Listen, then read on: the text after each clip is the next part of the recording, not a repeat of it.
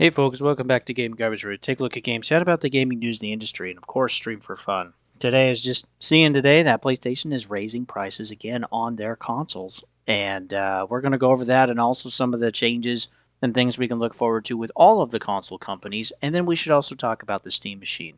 So, effective pricing as of April 2nd, which is literally just a few days away, basically in a week, and it's going to be global changes across all of their consoles. So PlayStation is now basically going to be the same kind of pricing that the Series X and S has to a degree.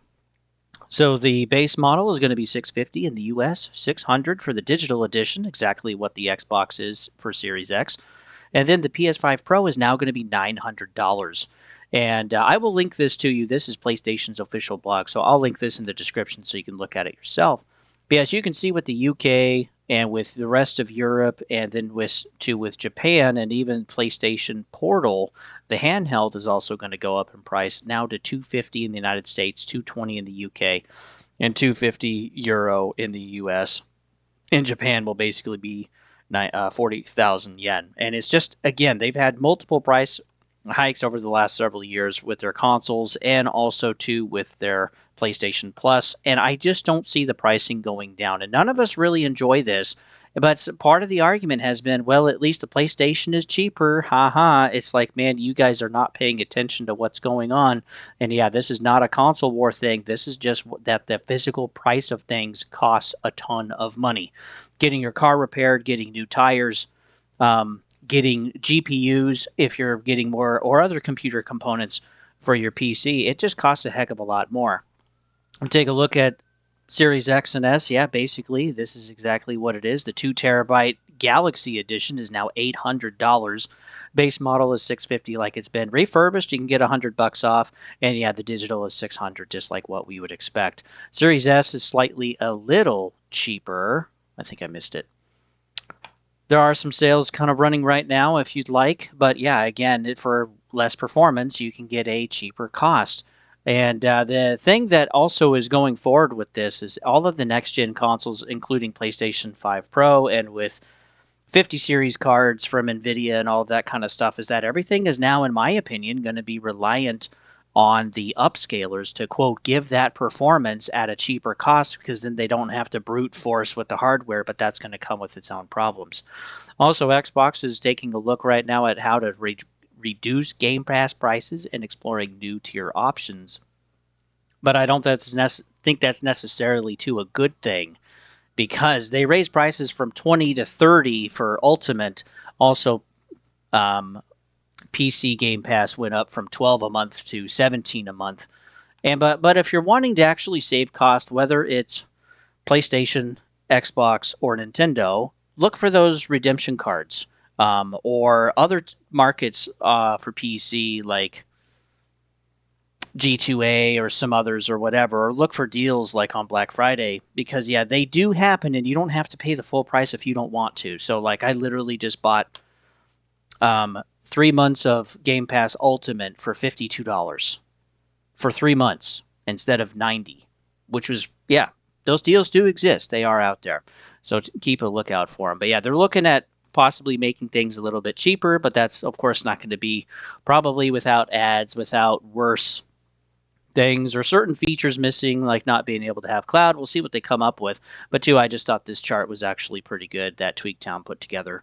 And yeah, I really enjoy Tweaktown. Not asked to promote them. I just really enjoy them as a gaming news outlet. So, but yeah, everything is just going up in price. When we take a look at Nintendo, we're also seeing here right on the front page, as of the 25th, which was yesterday, is that Yoshi is now going to have an additional 10 extra dollars for their physical versions. And this is not just going to be Yoshi. First, this started with Mario Kart World, which was $80 digital, $90 physical, and that was the only game for a while. But now we're having their own version of dynamic pricing, of basically, taking things and making the physical cost an extra $10. And will people go for it? I don't know. There's the whole key card thing where there's game cards and key cards, or game card keys. Anyway, it's confusing. It's a mess. But basically, if it's a key card, it doesn't have everything on there. And it does say on the physical case itself if you need an online connection or not to actually download everything, which is nice. But I don't expect the Nintendo Switch 2 also to stay the same price. We know too that they already raised the cost of the Switch 1 by $50 and to bring the price up. And yeah, they're trying to sell as many Switch 2s as they can, but I think they'll wait as long as they can, and then eventually they will raise the price of the Switch 2. And then what's the OLED model going to cost? Yeah, boy, it's getting expensive. And then when we take a look at PlayStation, they're also, testing dynamic pricing. They've been doing that in other parts of the world, but not doing the United States or parts of Europe or like Canada. But now they are. So now North America and Europe are having their own new dynamic pricing system, and that's beginning to roll out globally already at the end of March. And it'll probably take full effect before their big hits get here. So, and this is coming out. This is kind of disgusting too. It's coming out just before Soros actually launches, and in some cases, people are having a cheaper option. Yes, this is what all of this is talking about. But two, if you basically spend more, they're going to charge more because they know that you'll pay it. That's the problem. And so, yeah, that's not very consumer friendly either. And yeah, no matter which console brand you're going for, it just costs more money. For the Steam machine, we still don't have a price tag on this thing. They have actually delayed this thing kind of a little far, and it's still supposed to show up in the first half, basically through June. It's supposed to launch with the Steam machine this year, but again, we don't have a launch date. We don't have a price. We don't know the cost of what any of this is going to be. It's basically going to have the equivalent of like a 40 series in there, 40 series GPU card, and it will be somewhat beefy, but again, it's not going to be this massive performant thing. But I don't think people are going to enjoy the price tag of like $800-900. Okay, for a wimpy PC pre-build kind of idea. And people too also don't like the idea that the next gen Xbox is likely going to be $1,000 or more. I personally think it's going to be $1,200. And this is going to be more of a PC console hybrid. That's really what Project Helix is all about. And yeah, that's going to be very interesting. You're going to merge all your libraries together, basically, and be able to play it in one place. And I think the idea of buying multiple platforms now is really going to go away because it's just getting to be too much for your average dude and gal. There's just no way around that. And if they can get more access in one place, that's what people are going to gravitate toward. And the younger generations are already showing that. So yeah, there's not going to be any way to get away from this. Also, I think the next gen PlayStation is basically going to be probably $800 as a base model, which I know sounds insane, but I think it'll be $800. And I think the next gen Xbox is going to be $1,200. And then I think Nintendo is also going to be raising their prices for the Switch 2, probably another $100. So I think the Switch 2 will be $550, and then I think the OLED model will be $650 going forward. As for the Steam machine, I believe that's going to be $900. So, I mean, no matter which way you slice it, it's just going to be more expensive. Now, you can buy the hardware now for most of the console generations, except for Nintendo. Most people have probably bought what they're going to buy, and people have been waiting for the prices to go down, but that didn't really happen this time. And just, yeah, the inflation is not just high for us, it's also high for these companies. And I know that's unpopular, but when we take a look at the entire equation of what's happening in the world, and now with the whole thing with the Strait of Hormuz and Iran and stuff, it's just going to continue to make some of this stuff worth. And then the economies of the world are also not in good shape either. So if the companies can't pass on the higher pricing to you and we don't buy it, well, then they got to cut back more. They got to lay off more, close and cancel more stuff. And why do you think they've been doing that since October of 2022? This is not going to stop for quite some time, guys. This is going to keep going, I think, through pretty much the rest of the decade. And I think the onboarding experience is going to be too high for a lot of people with the next gen stuff, whether it's the 60 series graphics card, which is supposed to be maybe 27, 28, and then looking at the Nintendo, trying to launch, they're cutting back some of their production simply because, well, people aren't buying it as good as they thought it would in the United States. So they're cutting back their production by 2 million for the next month. And they'll do that for a little bit, and they're hoping to ramp it back up. But again, if the sales aren't showing it, they're not going to ramp that back up, and they might even cut more. And then, too, with the buying the PlayStation 6 and Xbox Helix, basically, well, it's still going to be a ton of money, and the Steam machine as well. So Yeah, a lot of people. I put up a poll. Let me pull it up. I put up a poll here, basically, hey, what are you going to do, assuming your library is where it is. Some people said PlayStation 6. This is, oh, it doesn't show me how many votes this was. Oh, 30 votes. So not a ton. Okay, I understand it's a really small thing, but basically 7% said PlayStation 6, 33% said Steam Machine, 23% said PC Hybrid. And again, what people are excited about is that accessibility.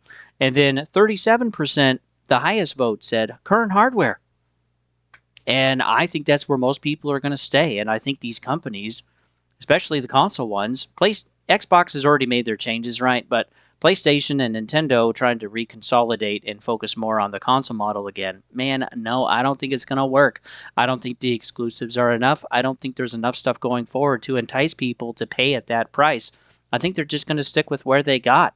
And maybe, too, some people are still hoping that the price when the new next gen console stuff launches, that the current gen will actually go down in price, but that may not actually happen because I think it's all going to be priced higher than what current prices are. And so, yeah, I don't think there's any way out of that. The other thing, too, is this has 31. Do we care about exclusives? 19 says yes, 3% says timed only, and 77% says no, we don't really care about exclusives. And there was one more. And then, too, taking a look at Marathon, I have 59 votes here.